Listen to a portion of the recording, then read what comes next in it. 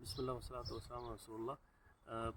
This spray bottle going to be useful for you, as I tell before as well, that during your journey of Hajj. So let's try how to make wudu with this spray bottle and how it's going to be useful in the entire journey.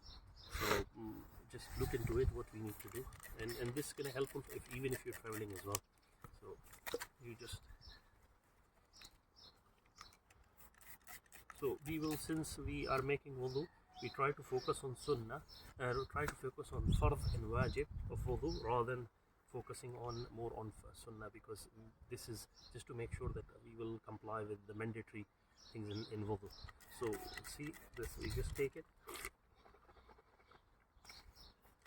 So one time is enough, since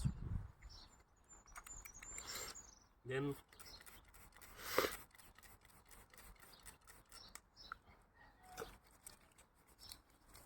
so you want to make sure that this will, and in case if you need to, you can just spray it and then rub it. So what will happen, the water has to flow. Actually the ruling is that water has to flow. So see, since the water start flowing, then you can rub it. This is the ruling. So basically, and you need to make sure that nothing is remain dry.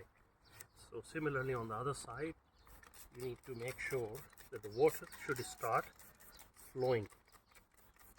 So if the water start flowing, then you are allowed to do so.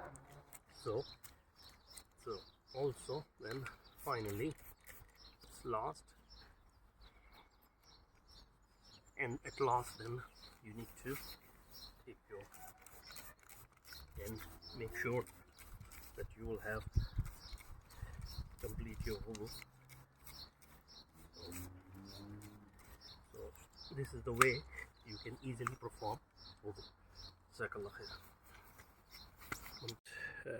Toilet roll, and imagine that your whole entire wudu is finished and nothing is dropped underneath.